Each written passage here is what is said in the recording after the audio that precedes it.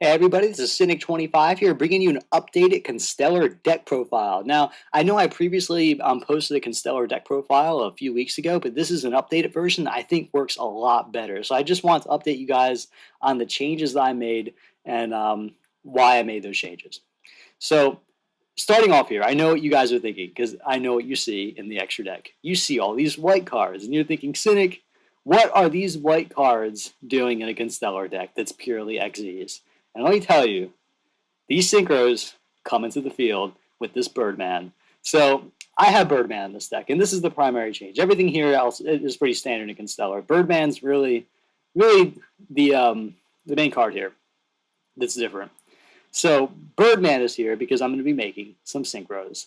Now, the cool thing is this deck can pump out like a one-card Black Rose. Yeah, you heard me. This deck can pump out one-card Black Rose, and this is how it does it. So the best way to pump out Black Rose is to summon Pollux and then summon out Sheridan with it.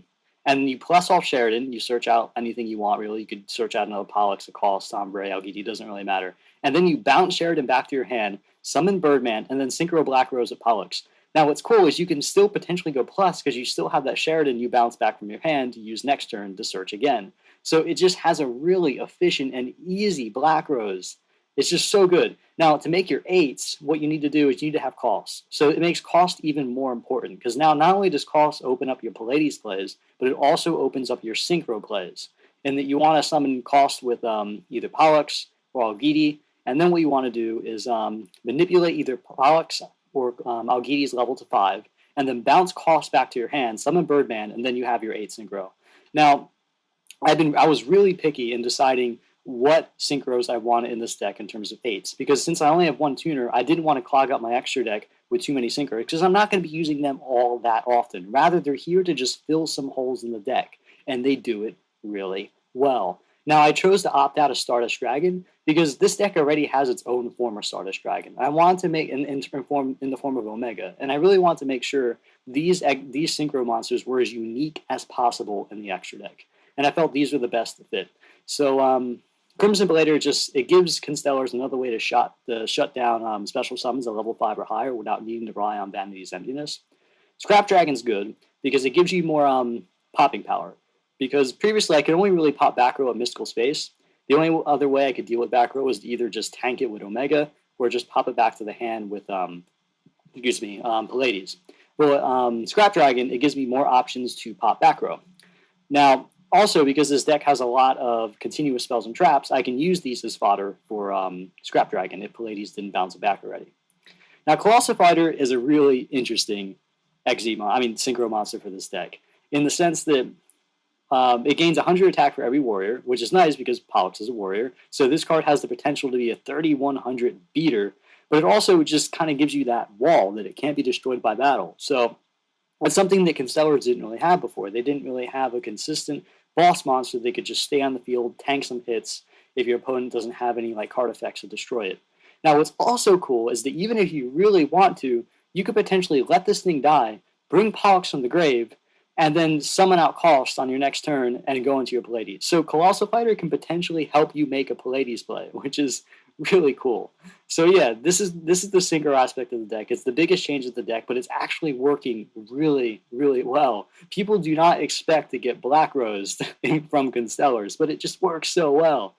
Now, in terms of the spells, everything here is generally pretty standard. I added Forbidden Lance, added that Tenki because Tenki is pretty good.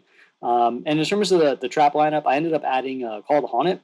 Now, since this deck's conception, I've been really trying to aim to make it a momentum-based deck. That is, I want to make sure that this deck can pump out its big plays every single turn and just not let up. And the best way to do that is to have cards that recycle from the grave, in addition to Sombre, like XYZ Reborn and Call to Haunt It.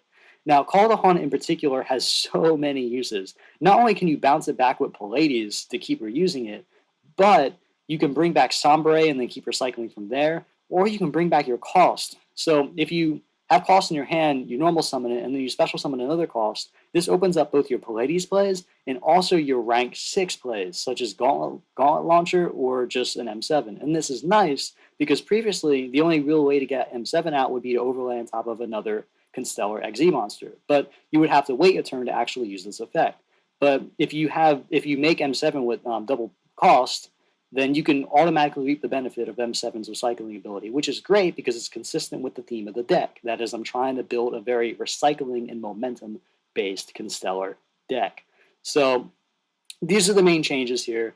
Again, the biggest change really is adding this tuner, but it just works really well. I haven't seen any Constellar deck that's used Birdman, and I honestly can't see why not, because to have the ability just to blow up the field with ease and essentially go plus off of it with Sheridan is just too good. So anyway, I hope you guys really like this build of Constellars. Definitely comment. Tell me what you think of it. Let me know if you've tried it out and you're blowing up people with black lows with Constellars and just how it goes. So again, hope you guys like the deck profile. Don't forget to like, comment, subscribe, and take care.